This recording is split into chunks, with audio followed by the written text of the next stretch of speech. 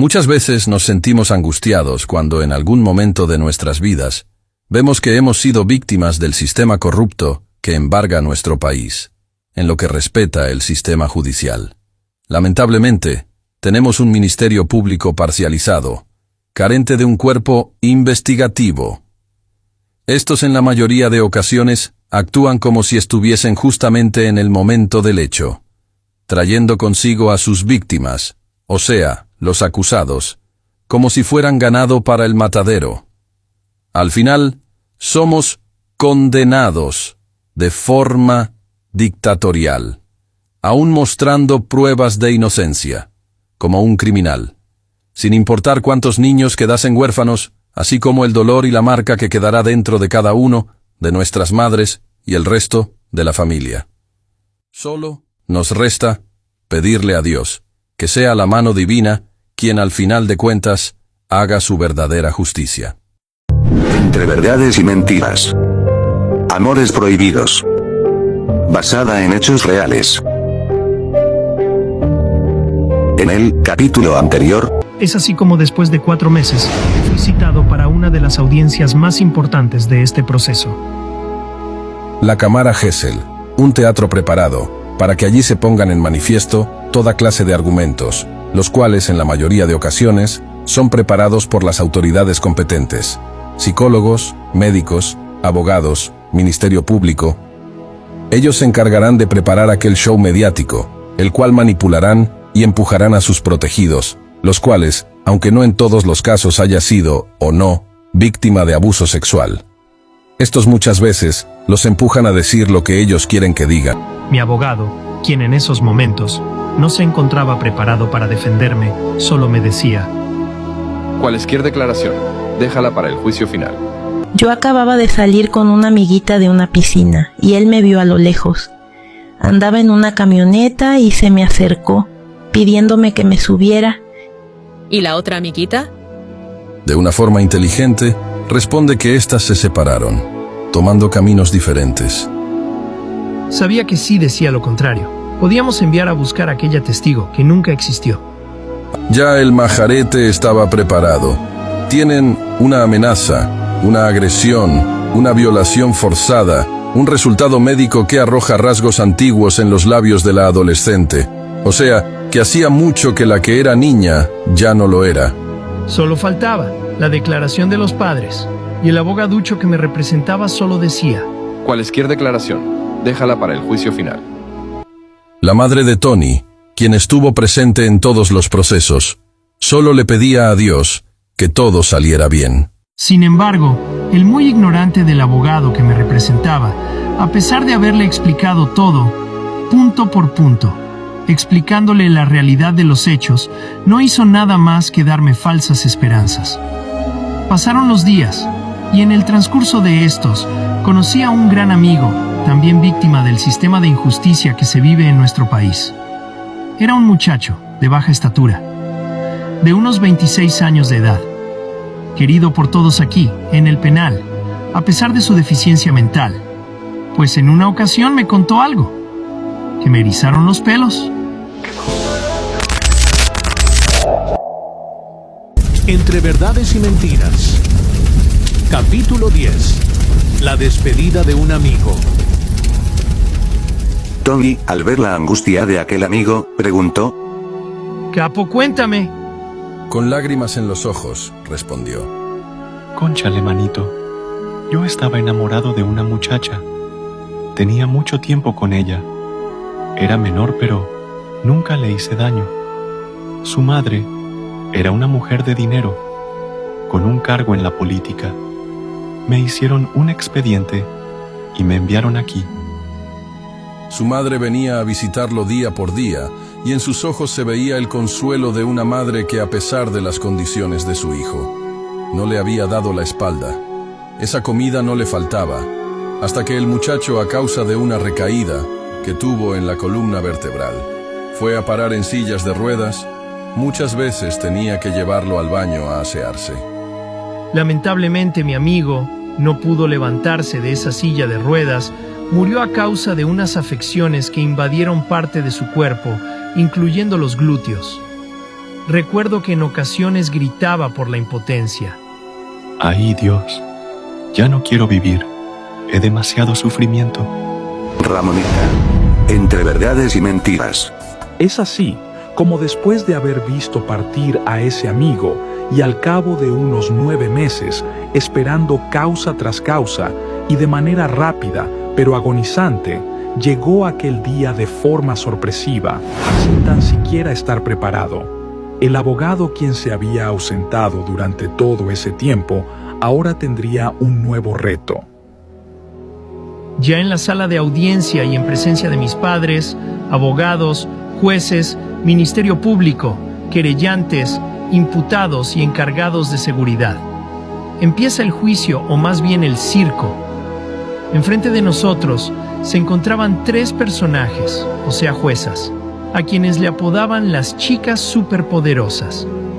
3 señoras, de aspecto grotesco, frustradas por un pasado aparentemente oscuro, y de mirada cabizbaja, esperando cobrar venganza al través de todo imputado que cruzara por su camino. Estas, que aparentemente en algún momento de sus vidas fueron víctimas de algún acto de violación, ven esto como la perfecta oportunidad para enfocarse en condenas que solo para ellas ameritan los 15, 20 y 30 años de prisión, sin importar a cuántas familias e hijos éstas dejen en la orfandad. Lo primero que hacen es pedirles a los querellantes ponerse de pie y colocar su mano derecha encima de la Biblia, para luego de esto hacer un juramento. ¿Jura usted decir la verdad ante toda la verdad? Pero estos, de forma ignorante, contestaron que sí, sin saber las consecuencias de quien jura en vano, pues tal vez ni siquiera les pasó por la cabeza que alguien los estaba observando, y ese sí sabe pasar facturas. Comienza el circo. O sea, el juicio. Después de aquel juramento, se procede a colocar aquel video guardado como evidencia de las declaraciones hechas por Ramonita en la cámara Gesell. El cual ni se entendía bien.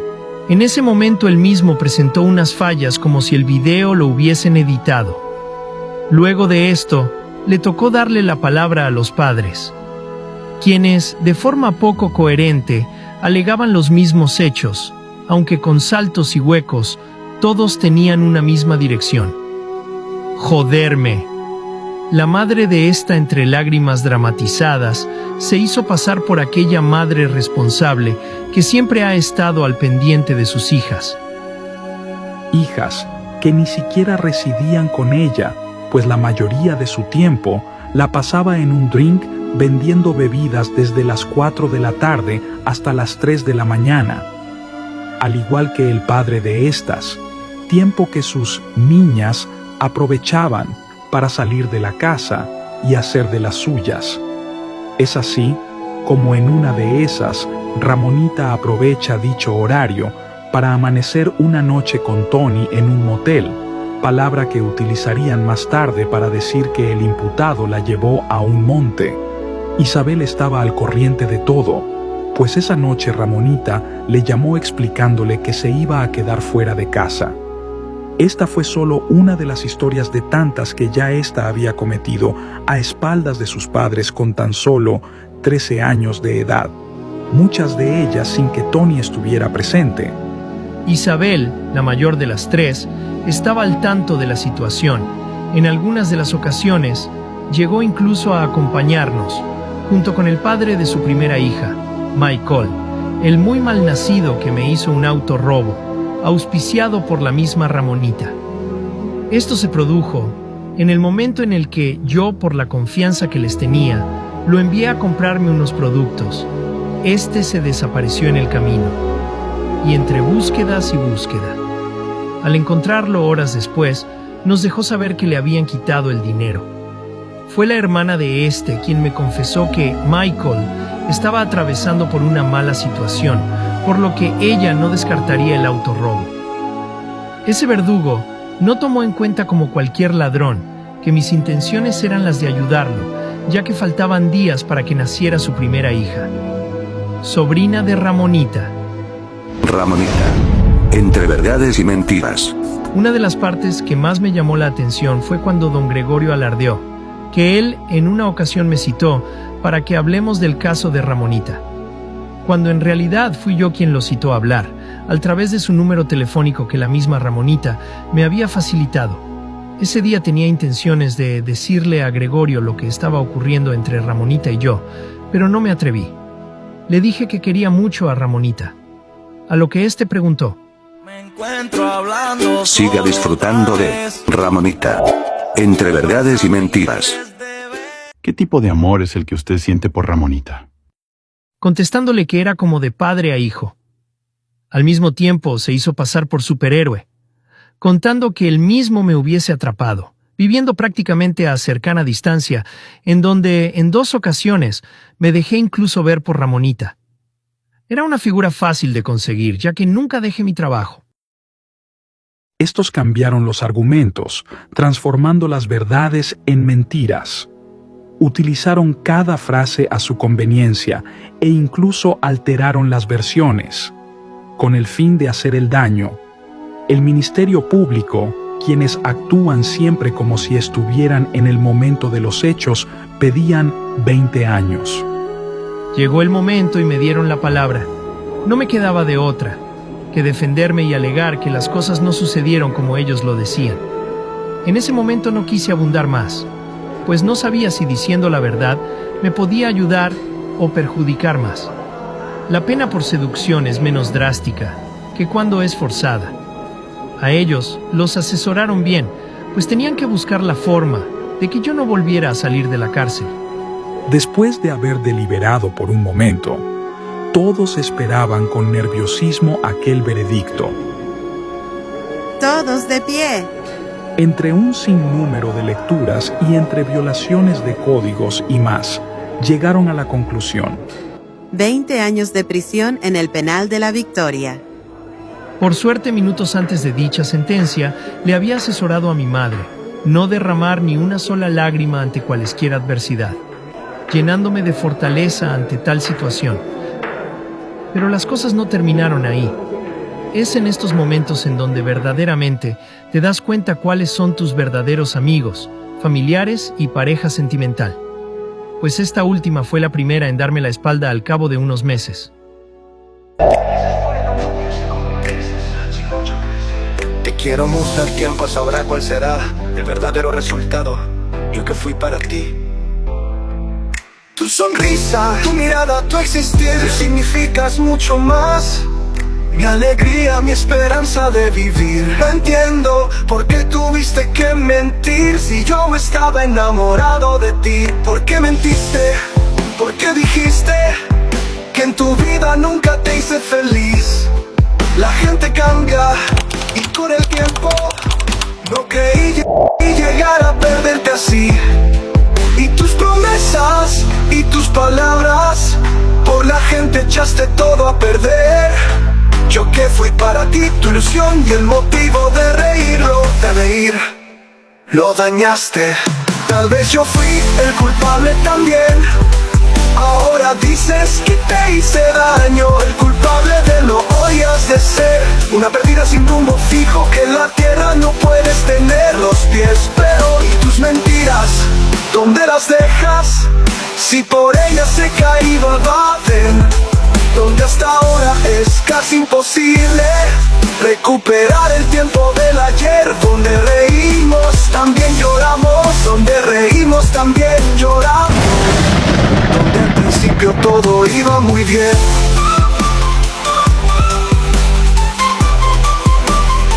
Donde al principio todo iba muy bien.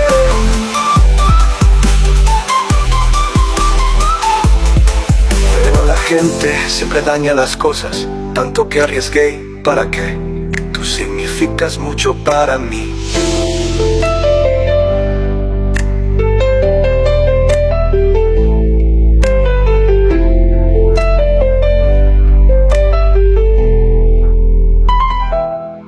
Tal vez yo fui el culpable también. Ahora dices que te hice daño. El culpable de lo hoy has de ser. Una perdida sin rumbo fijo que en la tierra ahora no puedes tener los pies. Pero ¿y tus mentiras? ¿Dónde las dejas? Si por ellas se caído al baten. Lo que hasta ahora es casi imposible, recuperar el tiempo del ayer, donde reímos, también lloramos, donde reímos, también lloramos, donde al principio todo iba muy bien, donde al principio todo iba muy bien, donde al principio todo iba muy bien.